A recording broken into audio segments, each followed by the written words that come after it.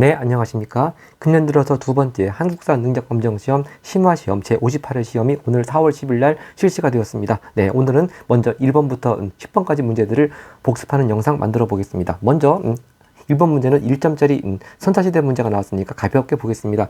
키워드가 빗살무늬 토기가 나왔고요. 농경과 정착생활이 시작되었다고 하니까 당연히 신석기 시대가 되겠습니다. 그리고 아랫줄에도 역시 신석기 시대의 대표적인 유물인 갈돌, 갈판이 나오고 있습니다. 답을 골라보겠습니다. 역시 1번에 답이 있네요. 가락바퀴를 이용하여 실을 뽑았다. 답을 쉽게 고를 수 있었습니다. 2번 동굴하고 막집 거주 나오면 구석기 시대고요. 3번 명도전 발령전. 자, 이건 화폐인데요. 하여튼 화폐가 신석기 시대에 만들어졌을 리가 없겠죠. 뭔가 금속으로 만들었겠죠. 명도전, 발량전 다 청동으로 만든 화폐, 특히 중국에서 유통이 되었고 우리나라에도 전해졌던 그런 화폐로 알려져 있습니다. 먼저 명도전이라고 하는 거는요, 중국 춘추 전국시대 중에서도 전국시대에 그렇게 그때의 화폐라고 그럽니다. 특히 그 도자가 칼도자죠. 칼같이 생긴 모양의 밝을 명자가 새겨져 있다고 그래서 명도전이라고 한다고 그랬고요. 발량전은 아마 중국 최초의 그 동전 같은 엽전 같은 화폐입니다. 그 춘추 전국 시대를 통일한 진나라 시대의 화폐가 되겠습니다. 하여튼 둘 다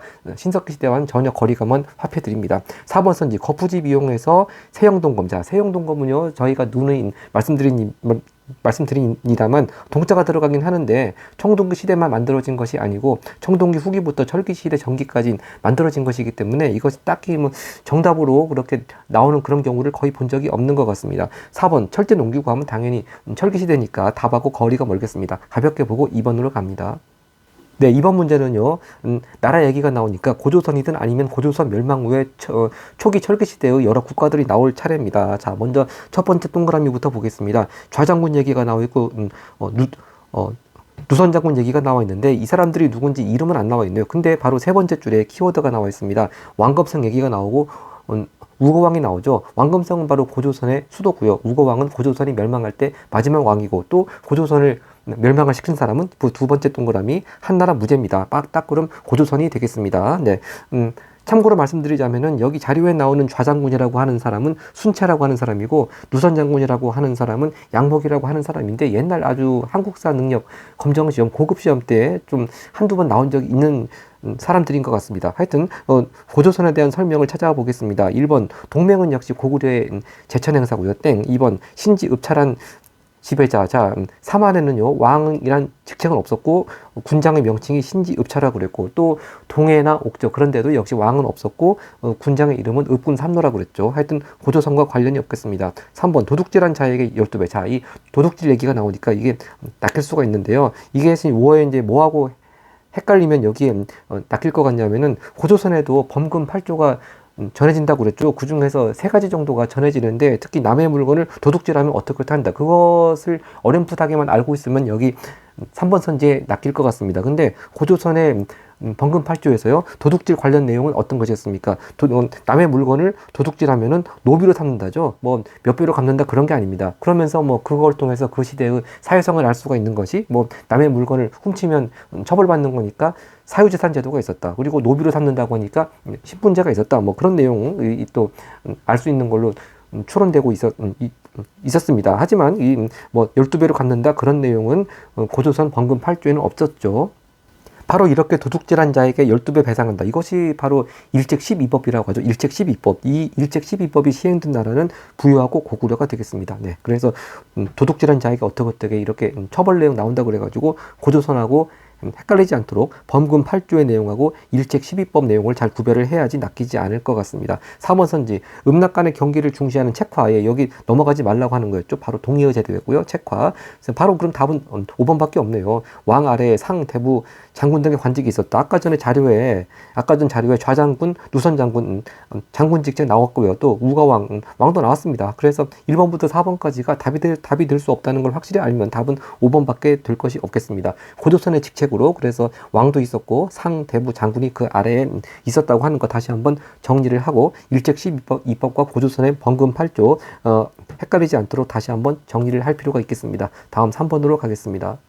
3번은요, 다음 상황이 전개된 배경을 묻고 있는데, 보시면, 신라 사람 2명이 대화를 하고 있습니다. 먼저, 왼쪽에 있는 분 말씀이, 백제의 동성왕이 사신을 보내 혼인을 청하셨다는군 하니까, 오른쪽에 있는 분이 우리 마립관께서 이벌찬 누구의 딸을 보내신다고 하네. 바로 이게 백제하고 신라가 동맹, 결혼 동맹을 맺는 그런 얘기가 되겠습니다. 네, 이렇게 백제하고 신라가 결혼 동맹을 맺는다는 얘기인데요. 자, 물론 정확히 연도를 말하자면은 이 동성왕이 이렇게 결혼 동맹을 요청한 때가 493년입니다. 물론 연도를 알면 좋겠지만 하여튼 이 백제하고 신라가 이렇게 동맹을 맺는다고 하는 건 뭔가 다른 나라 세력이 강해졌기 때문에 그 강해진 나라에 공동으로 대항을 하기 위해서겠죠. 바로 어떤 나라겠습니까? 고구려가 되겠습니다. 자, 그리고 또 하나 여기서 우리가 좀 단서를 찾아야 될 게 신라의 왕이라는 호칭을 아직 안 쓰고 있고 왕 바로 직전 마립간이라는 호칭을 쓰고 있습니다. 그러니까 좀 옛날 얘기 같은 그런 일단 감을 잡고서 한번 고구려가 강해져서 좀 백제가 고구려로부터 위협을 느낀 사건 그런 걸 좀 찾아봐야 되겠습니다. 1번 버풍왕이 금관가를 병합했다. 이건 버풍왕 즉 신라하고 가야 사이 문제지 백제가 위협을 느낄 그런 만한 상황은 전혀 아니겠습니다. 네, 하여튼 버풍왕이 금관가야를 병합 이거는 6세기가 되겠습니다. 한창 버풍왕 진흥왕 나올 때는 이제 신라가 중앙 집권 체제를 확립하고 한강 유역을 차지할 준비하는 바로 6세기 얘기를 하는 것이고요. 하여튼 정확한 연도나 세기를 모른다고 하더라도 백제가 위협을 느껴서 신라와 결혼 동맹을 맺고 특히 아까 여기 오른쪽에 있는 분이 마립간이라는 호칭 썼듯이 아직 왕이라는 호칭은 쓰지 않을 테니까 그 자체로 또 1번은 제껴야 되겠습니다. 바로 2번이 답이 되겠습니다. 장수왕이 한성을 공격하여 함락시켰다. 원래 백제의 처음 수도가 한성이었죠. 바로 이때가 475년이었습니다. 장수왕이 한성을 공격해서 이때 전사한 백제왕이 계로왕이고요. 그 아들 문주왕이 이제 백제 수도를 웅진으로 천도를 했죠. 바로 이제 그 이후에 이렇게 왕이 된 사람이 동성왕이고 이렇게 동성왕이 결혼 동맹을 체결했다. 그렇게 딱 원인 결과 스토리가 맞겠습니다. 자, 일단 2번이 유력한 정답 후보가 되겠습니다. 고구려로부터 백제가 위협을 당했기 때문에 같이 신라와 공동으로 이제 공동 전선을 펼 필요성을 느꼈던 것이죠. 3번 선지 김유신이요 비담과 염종의 반란을 진압했다고 하는데 물론 정확히 말하자면은 김유신이야 신라 삼국통일 무렵이니까 당연히 시기적으로도 신라가 마립까지라는 호칭을 쓸 때와 거리가 멀겠습니다. 정확히 말씀드리자면 647년이고요. 이때가 선덕여왕이 죽고 또 진덕여왕이 즉위한 해가 647년인데 하여튼 이때는 김유신이 비담 염종의 반란을 진압한 때는 선덕여왕 때고요. 자, 4번 선제가 혹시 헷갈릴 수가 있겠습니다. 왜냐하면 고구려가 어딜 공격했다 그런 얘기가 나오니까요. 바로 그 유명한 온달장군 얘기도 나오고 하여튼 영양왕이 온달을 보내 아단성을 공격했다고 하는데 아마 아단성은 지금의 충북 단양지방인 것 같은데 이 영양왕에서 우리가 힌트를 찾아야 될 것 같습니다. 영양왕 하면 바로 을지문덕에 살수대첩이 있던 바로 뒤에 또 나오겠지만 612년 7세기 초반입니다. 그러니까 이 장수왕보다 이렇게 장수왕이 백제를 공격해서 백제가 위협을 당했던 시기보다 한참 뒤입니다. 그래서 이 온달을 보내서 아단성 공격한 연도를 정확히 모른다 하더라도 영양왕 얘기가 나오면 살수대첩을 또 키워드 중간 고리로 삼아가지고 7세기라고 감을 잡으면 정답이 아니라는 걸 또 감을 잡아야 될 것 같습니다. 자, 그리고 다음 번입니다. 5번 선지 김춘추가 당으로가 군사동맹을 성사시켰다. 지금 백제가 신라하고 동맹 맺자고 하는데 왜 김춘추가 당나라로 가겠습니까? 이것도 이 자료의 한참 후에 일이겠습니다. 이제 좀 더 구체적인 원인을 말하자면은 앞전에 57회 시험에도 나왔지만 먼저 642년에 뒤에도 또 나옵니다. 642년에 의자왕 때 먼저 윤충등을 보내가지고 대하성 등을 함락을 하니까 거기서 신라가 위협을 느껴서 먼저 고구려에 가서 영교소문한테 같이 동맹을 맺자고 구원을 요청했는데 영교소문이 거절했죠. 그래서 김춘추가 당나라로 건너가서 나당 군사동맹을 성사를 시키게 된 것이었습니다. 그때가 바로 648년입니다. 아까 말씀드렸다시피 647년 중간에 선덕여왕이 죽고 그 다음 진덕여왕이 즉위를 했고요. 이렇게 나당 동맹이 체결되었던 648년은 진덕여왕 때가 되겠습니다. 하여튼 이 자료에 나오는 백제가 고구려로부터 위협을 느껴서 신라와 이렇게 결혼 동맹을 체결한 이 시기하고는 전혀 관계가 없는 5번 선지가 되겠습니다. 네. 그래서 다시 한번 정리하자면 물론 결혼 동맹을 맺었던 시기의 왕 바로 백제는 동성왕 신라는 마립간 이름은 이때 소지 마립간이라고 합니다만 하여튼 정확한 왕 명칭은 모른다 하더라도 아직 왕의 호칭은 쓰고 있을 때가 아니다. 그런 차원에서 1번 버풍왕도 아니고 또 3번 김유신이라거나 5번 김춘추 같은 경우는 삼국통일의 임박한 바로 7세기 때가 되기 때문에 상당히 시기적으로 멀고, 그리고 4번 영양왕 같은 경우도 살수대첩이 있던 시기 생각하면 또 7세기니까 시기적으로 멀고, 그렇게 정리를 해서 답은 2번밖에 없다. 그렇게 또 답을 찾아 나갈 수 있어야 될 것 같습니다. 그 다음 4번 문제 가겠습니다. 네, 4번 역시 빈칸 나라에 대한 문제인데요. 자, 일단 처음하고 제일 끝부분만 보면, 자, 진흥왕이 마침내 멸망을 시킨 나라입니다. 진흥왕이 멸망시킨 나라. 자, 우리 한국사 시험에서 진흥왕이 멸망시킨 나라는 대가야밖에 없습니다. 과연 대가야가 맞는지 차근차근 읽어보겠습니다. 그런데 여기 혹시 헷갈릴 수 있는 게 이사부가 나옵니다. 우리가 흔히 뭐 신라 지정왕 때 이사부를 보내서 우상국을 정복했다고 하는데, 이사부가 지정왕 때 우상국 정복할 때도 활약을 했습니다만, 이렇게 진흥왕 때까지 계속 살아서 대가에 정복할 때도 활약을 했었습니다. 그래서 좀 난이도가 높은 시험 문제 같은 경우는 이사부가 지정왕과 관련이 있는 거하고 또 진흥왕과 관련이 있는 거하고 또 그걸 알아야지만, 구별해야지만 풀 수 있는 문제도 나오는 경우도 있는데, 요 문제는 뭐 그렇게 지정왕 때하고 진흥왕 때를 구별하는 그런 문제는 아닌 것 같습니다. 자, 그리고 이때 대가에 공격할 때 활약을 했던 화랑 이름이 사다함이네요. 네. 자, 하여튼 그 대가에 대한 거 한번 찾아보겠습니다. 1번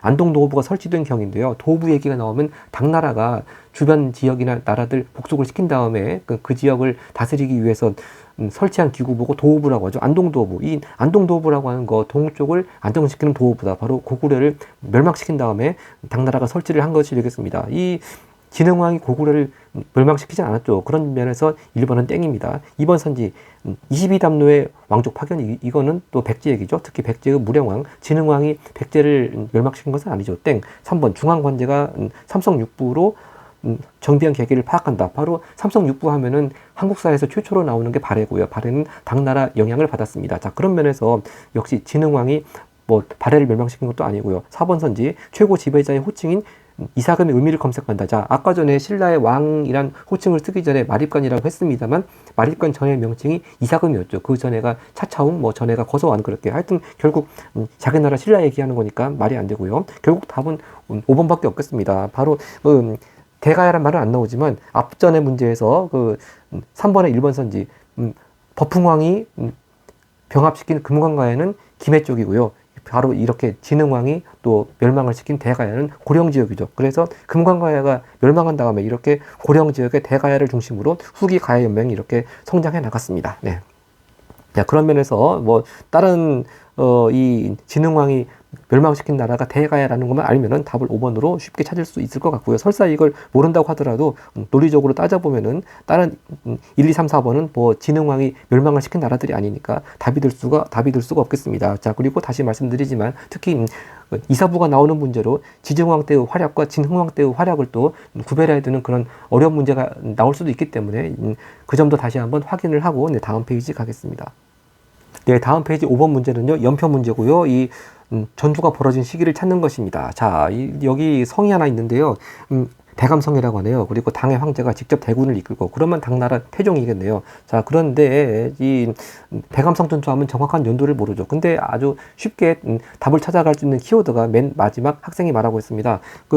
일단 병력의 열수와 내부의 분열로 함락되었지만, 아마 이 대감성이 성주가 배신을 하고 뭐 이런 과정을 통해서 함락이 되었다고 하는데, 그 다음에 어느 성이 버티고 있습니까? 바로 그 유명한 안시성이 버티고 있었다고 합니다. 바로 그럼 안시성 전투, 이 연도만큼은 꼭 알아둘 필요가 있겠죠. 645년입니다. 자, 그러면 이게 안시성 전투 645년을 찾아보면은 바로 라번이 되겠네요. 642년 보장왕 즉위와 668년 고구려 멸망 사이를 찾아야 될 것이고요. 특히 이렇게 당나라 태종이 나오고 뭐 안시성 얘기 나오면 거의 뭐 고구려 멸망이 가까워진 때 아니겠습니까? 그런 면에서도 이 고구려 멸망 그 앞에 라를 찾아야 될 것 같습니다. 네. 근데 혹시 이 보장왕이 언제 즉위했는지 잘 모르고 안시성 전투와의 선후를 모르면 또 다로 갈 수도 있겠습니다만, 그런 면에서도 이 안시성 전투 정확한 연도를 알아둬야 될 것 같습니다. 네, 다시 한번 여기 나오는 중요한 연도들 다시 한번 정리해 보겠습니다. 맨 먼저 나오는 게 관산성 전투, 바로 554년. 여기서 신라 성왕이 백제 성왕이 신라 진흥왕과 전투하다가 전사를 하게 된 그 전투죠. 관산성 전투 554년이고요. 그 다음에 589년 수나라 중국통일, 이거 뭐 동아시아사가 아니면 크게 뭐 한국사는 중요하지 않는 것 같고요. 바로 아까 전에도 말씀드렸지만 바로 살수대첩이 있던 때가 612년입니다. 그리고 이때 고구려 왕은 영양왕이었고요. 그래서 아까 3번에 4번 선지에서도 영양왕, 온달장군 그런 얘기가 나옵니다만 이런 사람들 얘기가 나오더라도 일단 대략 세기를 그 7세기 초반쯤으로 그렇게 또 감을 잡아야 될 것 같습니다. 자, 그리고 642년에 보장왕이 즉위했다고 그러는데, 자, 보장왕이 즉위를 하게 된 계기가 그 앞에 영유왕 때 영계소문이 쿠데타를 일으켜서 영유왕을 죽이고 이제 보장왕을, 즉 고구려 마지막 왕을 이렇게 세운 것이죠. 네. 자, 그 다음에 이제 그렇게 645년에 안시성 전투가 있었고, 또 668년에 고구려 멸망했고요. 또 발해 건국도 나오네요. 발해는 698년도에 건국을 했습니다. 네, 이렇게 중요한 연조들 같이 정리하고, 또 안시성 전투 앞에 배감성 전투도 있었다. 그것도 같이 확인을 하고 6번으로 가겠습니다. 네, 6번도 계속 가나 사이 시기 문제, 결국 연평 문제 같은 건데요. 역시 신라의 삼국 통일을 전후한 그 중요한 사건의 순서들 안 넣을 리가 없죠. 자, 먼저 가를 보겠습니다. 백제의 남은 적군이 사비성으로 진입하여 항복해 살아남은 사람들 어쩌고저쩌고 해서 유수 유인원이 당과 신라 사람들을 보내 이를 쳐서 쫓아냈다. 자, 백제의 남은 적군 사비성이라고 하니까 이미 백제는 망했습니다. 백제가 멸망을 한 바로 그 직후 같고요. 두 번째 나번을 보겠습니다. 또 유인원이 또 나오는데, 유인원이 중요한 것이 아니고 신라왕 김범민, 자, 그 김춘추가 무예왕이고 그 아들 문무왕이 김범민입니다. 뭐 설사 김범민이 문무왕이라는 걸 모른다 하더라도 쭉 가서 보면은 그 가운데 백강전투 얘기가 나옵니다. 바로 백강전투, 왜군이 대규모 구원군을 보냈죠. 백제 부흥운동을 돕기 위해서. 그래서 최소한 이 백강전투가 663년이라는 것쯤은 알고 있어야지 이런 문제를 쉽게 풀 수 있을 것 같습니다. 그래서 백제 부흥운동 때 왜군이 대규모의 병력을 보내서 금강 쪽에 백강전투에서 이런 나당 연합군과의 전쟁이 있었습니다. 663년. 그러니까 백제가 멸망할 때하고 백강전투 663년 사이에 이를 찾아야 되겠는데요. 그러면 뭐 답이 될 수 있는 게, 이때 아직 고구려는 망했을 때가 아니니까 백제 부흥운동밖에 답이 될 게 없을 것 같습니다. 한번 찾아보겠습니다. 1번 사찬 시드기 기벌포에서 당군 격파. 기벌포 전투 얘기 나오면 바로 신라가 당나라군을 몰아내고 삼국통일을 거의 완성할 단계, 그러니까 676년이고 특히 고구려는 멸망할 때죠. 그러니까 이 나번 이후가 되겠네요. 2번 선지, 의자왕이 윤충을 보내서 대하성 함락했다. 이거 앞전에 57회 7번 문제에서도 가본 자료로 나온 적이 있었습니다. 그래서 아까도 잠깐 그 김춘추가 나당 동맹을 체결하는 과정 때도 제가 잠깐 말씀드렸습니다만 642년에 의자왕 때 이렇게 윤충을 보내서 대하성 등 비롯해서 신라의 많은 성들을 함락을 시키니까 신라가 위협을 느껴서 맨 처음에는 막 집권을 한 영교소문한테 도움을 청하러 갔다가 거절당하니까 결국 당나라로 가서 나당 동맹을 체결하게 된 것이 되겠습니다. 그런 순서입니다. 하여튼 의자왕 윤충 대하성 함락 642년 의자왕 계속 연달아서 시험에 나오고 있네요. 3번 선지, 복신 도침 얘기 나오고 또 부여풍을 왕으로 추대했다. 바로 이게 백제 부흥운동의 키워드가 되겠습니다. 그럼 답은 3번이 되겠네요. 자, 3번 골라놓고 4번. 혹시 4번이 헷갈릴 수가 있겠는데, 자, 계백 얘기가 나오고 황산벌 전투가 나오면 아직까지는 백제가 완전히 멸망하기 전이니까 여기 가번 이전의 사건이 되겠습니다. 그래서 요거 혹시 헷갈리면 안 될 것 같고요. 자, 그리고 5번 선지, 안승이 신라에 의해 보덕국왕으로 그렇죠. 여기 또 복신 얘기는요. 복신 그 백제 부흥운동 얘기는 같은 아까 50줄에 같은 문제 7번에 다번 자료로 나온 적이 있었네요. 5번 선지 보겠습니다. 안승이 신라에 의해 보덕국왕으로 책봉되었다. 이거는 안승하고 보덕국왕 얘기 나오고, 그다음에 또 건모잠이라는 사람이 또 하나 나오죠. 건모잠. 그런 사람들 나오면 고구려 부흥운동이 얘기니까. 근데 아직 이 자료는 아직 고구려가 망한 때가 아니죠. 고구려가 멸망한 이후의 일이니까 이것도 답이 될 수가 없겠습니다. 네, 안승 얘기 나오면서 고구려 부흥운동 얘기가 나오니까 건모잠이란 또 장수 이름도 같이 적어 놓겠습니다. 자, 이렇게 그 신라의 삼국통일에 걸친 순서 묻는 문제 다시 한번 또 정리를 하는 그런 6번 문제였습니다. 그 다음 7번으로 가겠습니다. 예, 그 다음 7번 문제는요, 어느 시기에 신라의 경제 모습을 묻는 겁니다. 자, 한번 자료를 읽어보겠습니다. 이곳은 일본의 귀족들이 신라에서 이렇게 들어온 물품을 매입하는 것과 관련된 문서라고 그럽니다. 그 문서 이름이 매신라 물해라고 하는데, 하여튼 이게 중요한 게 아니고 그 다음부터 중요합니다. 통일을 이루고 구주 오소경을 설치한 이후, 바로 그러면 구주 오소경은 또 항상 신문학 때의 키워드죠. 네, 통일을 이루고 한창 중앙 집권 국가로 한창 번성하던 그때가 되겠습니다. 이 시기에 일본과 교육하던 모습을 알 수 있다. 자, 그럼 통일 짓고 통일 신라 시대의 경제 모습 한번 찾아보겠습니다. 자, 1번 병난도 얘기 나오면 이건 고려 얘기고요. 네, 2번 선지.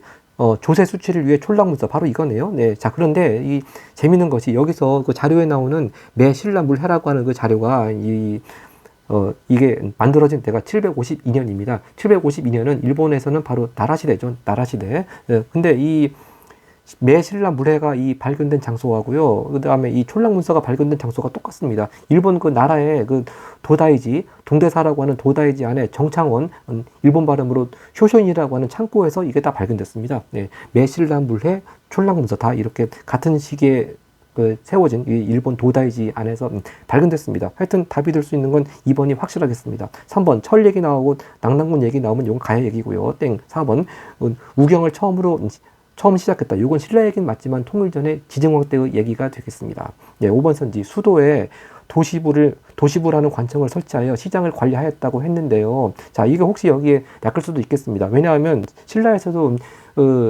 시장을 관리하는 관청이 있었죠. 근데 그 관청 이름은 도시부가 아니었고 동시전이었습니다. 동시전. 자, 그럼 이 도시부라고 하는 건 상당히 생소한 기구인 것 같은데요. 이 도시부는요, 바로 백제 성왕이 이렇게 시장 관리하기 위해서 수도에 설치했다고 그러니까 어디에 설치했겠습니까? 바로 그때 수요였던 부여 사비에 설치했겠죠. 그래서 다시 한번 생소한 선지가 나왔지만 이런 것도 다음 시험에 또 잘 나올 가능성이 많기 때문에 바로 시장 관리하는 기구 도시부라고 하는 건 백제 성왕 때 백제 설치한 거, 그리고 신라는 동시전. 예, 이걸 헷갈리지 말아야 되겠습니다. 자, 그리고 이 일본 도다이지에서 촌락문서하고 그리고 일본 사람들이 이렇게 신라 물품을 구매하려고 하는 문서가 같이 발견되었다. 이렇게 정리하고 8번 문제로 가겠습니다. 네, 그 다음 8번 문제는 역시 발해에 대한 문제가 나올 차례가 되었습니다. 네, 이것은 문왕의 넷째 딸 정효공주네. 정효공주 하면은 또 발해의 문화유산 중에서 고구려를 계승하는 그런 쪽으로 많이 나오는 키워드죠. 정효공주의 묘지다. 그리고 이때 문왕을 황상이라고 했고요. 그래서 황제국 체제를 표방했음을 알 수 있다고 나왔고, 하여튼 발해에 대한 문제가 되겠습니다. 역시 답은 4번 쉽게 찾을 수가 있겠네요. 발해의 국립교육기관 주자감이 나왔습니다. 4번 고르고요. 네, 나머지 선체 같이 보겠습니다. 1번 기인제도라고 하는 거, 고려 태조가 바로 호족들의 자제를 수도에 머물게 하는 그런 제도였죠. 그리고 2번 정사암회의 나오면 요건 백제의 귀족회의였습니다. 정사암회의. 3번 최고행정관서로 집사부 두었다. 집사부 하면 또 신라의 최고 행정관서였고요. 5번 선지 광덕충풍. 네, 이번 시험 세트에서는 별로 연호가 그렇게 중요하게 안 나왔던 것 같습니다만, 하여튼 광덕충풍 하면 고려 광종의 연호고요. 얼마든지 또 차유 시험에서도 또 중요한 또 정답을 가르는 그런 키워드로 나올 수도 있겠습니다. 광덕충풍은 고려 광종의 연호입니다. 그 다음 9번으로 가겠습니다. 자, 9번 뒤에 드디어 태조 왕건이 등장했습니다. 자료를 한번 읽어보면요.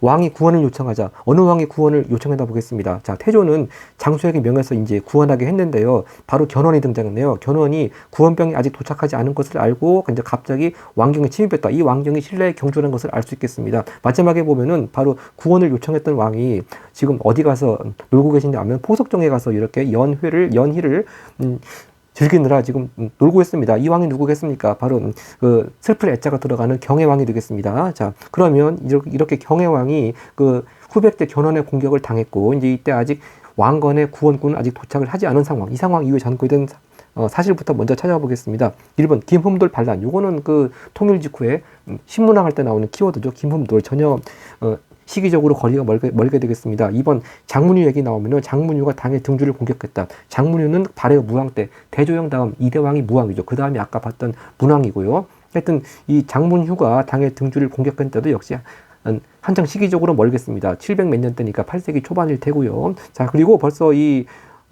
이렇게 경혜왕이 나오고 이때는 벌써 당나라는 멸망하고 없습니다. 네, 3번 선지 궁예 얘기가 나오는데요. 이 태조 왕건은 궁예를 죽이고선 고려를 세웠기 때문에 이것도 이 상황 이유가 들 리가 없는 것이고요. 4번 원종과 애노 얘기 나오면 요거는 이제 신라가 한창 막장으로 치닫던 하덴 때인데, 특히 원종 애노 얘기 나오면 진상여왕 때입니다. 그러면 여기 경혜왕 얘기가 나오는데 여기서 경혜왕이라는 얘기가 안 나왔지만 일단 포석정 얘기하면 경혜왕이고, 경혜왕 다음 왕은 바로 경순왕. 그걸로 이제 신라 왕 것입니다. 그러니까 물론 경혜왕 전에 왕이 몇 번 있었고 그 위가 이제 바로 9세기 말이 진성여왕이긴 합니다만 그 경우여왕 전에 어떤 왕이 있었는지를 모른다고 하더라도 경우여왕 다음은 경순왕밖에 없다. 그것만 알면은 또 원종 애노의 반란은 또 신라 진성여왕 때다. 그것만 알면은 4번은 경우여왕 전이니까 그 상황 이유는 아니라는 걸 감을 잡고 제껴야 되겠습니다. 네, 정확히 연도를 말씀드리자면은 원종과 애노의 난은 889년입니다. 이것도 신라 하대의 일을 또 촘촘하게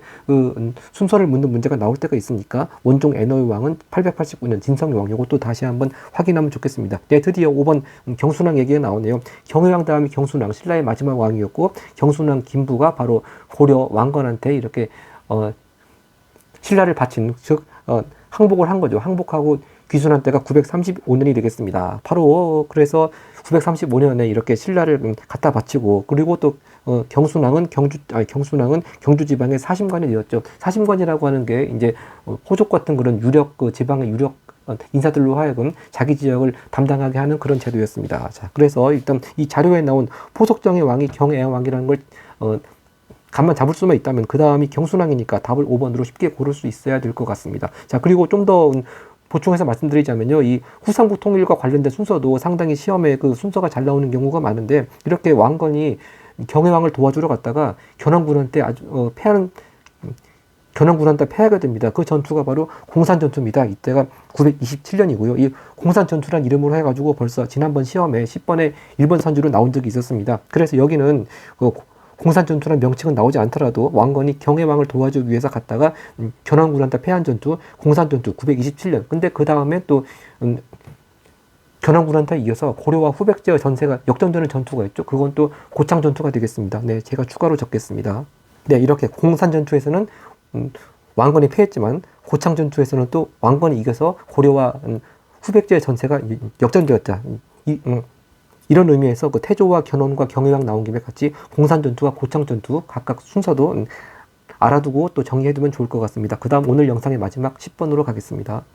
네, 마지막 10번 문제는요, 좀 낯설은 승려 이름이 나옵니다. 범일대사라고 하고, 뭐 또 절 이름도 좀 낯서네요. 굴산사, 그리고 이 굴산사 창건한 곳에 거대한 단간지주가 있다고 합니다. 물론 결론적으로 말씀드리자면 이것이 있는 곳이 아마 강원도 강릉인 것 같고요. 자, 일단 또 오른쪽 키워드를 보겠습니다. 굴산사는 가지산문 개창 이후 선종불교가 유행하던 이 시기에, 그러면 선종불교가 유행하던 때는 신라 하대네요. 한창 신라가 아까 전에 진성여왕 때 같이 막장으로 치닫던 신라 하대 때가 되겠습니다. 자, 정확히 연도를 말씀드리자면은 그 굴산사가 창건된 해는 851년입니다. 네, 근데 이 연도를 모른다고 하더라도 신라 하대 때 이를 답으로 찾아야 되겠습니다. 먼저 1번 원광이 세속오계를 제시했다고 하는데, 바로 세속오계가 화랑도의 규율이지 않습니까? 또 이게 정확히 말씀드리자면 원광법사는 신라 진평왕, 선덕여왕 앞에가 진평왕이죠. 즉 아직 삼국통일이 되기 전입니다. 그리고 화랑도가 이렇게 막 활약할 때 이렇게 화랑도의 규율을 제시하고, 바로 이런 것은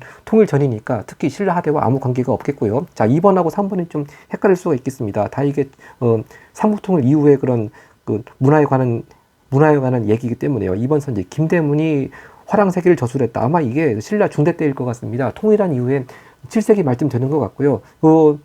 요것도 그렇고 3번 김대성이 불국사 조성을 주도했다. 이것도 정확한 연도를 모른다고 하더라도 이렇게 신라가 막장으로 가는 하대와는 좀 관계가 좀 신라가 한창 통일을 이루고 좀 번성할 때 그런 딱 이미지가 있지 않겠습니까? 그래서 2번 김대문의 화랑세기, 3번 김대성의 불국사다. 신라 중대 때가 되겠습니다. 정확히 연도를 말하자면은 불국사는 751년 경덕왕 때 이렇게 창건되었다고 하네요. 네, 그럼 답은 역시 4번밖에 없겠습니다. 항상 신라, 하대, 진성여왕, 최치원 이런 거 항상 그 짝이 되는 키워드로 잘 나오죠. 그래서 앞전 시험에서도 최치원에 대해서 그 함양의 그 상림에 대해서 나온 적이 있었습니다만 역시 이번 시험에도 최치원이 나왔습니다. 바로 최치원이 진성여왕에게 시무책 올렸다. 답은 4번이 되겠습니다. 신라, 하대하고 딱 맞는 키워드가 되겠습니다. 5번 선지 자장 얘기가 나오고요. 황룡사 구청 목답 얘기 나오면 이것도 정확히 왕은 잘 모른다 하더라도 통일 전에 얘기라는 것만 일단 알고 있어도 답이 아니라는 걸 제낄 수가 있겠습니다. 자, 그리고 좀 더 난도가 높은 시험에서는요, 황룡사 자체, 절 자체를 창건할 때 왕은 진흥왕이고요. 그 안에서 구축목탑이 건립됐을 때 왕은 선덕여왕입니다. 그러니까 이게 진흥왕 때하고 선덕여왕 때를 구별해야지만 풀 수 있는 난도 높은 문제가 나온 적도 있으니까요. 다시 한번 이번 문제가 나온 기회에 황룡사 자체는 진흥왕, 또 구축목탑은 건립은 선덕여왕이고요. 또 그 구축목탑 건립을 건의한 또 승려 이름은 자장. 그렇게 정리하면 완벽하겠습니다. 자, 이렇게 해서 오늘 첫 번째 영상 마치고 그다음 고려시대 때 또 다음 영상 만들어 보겠습니다. 네, 고맙습니다.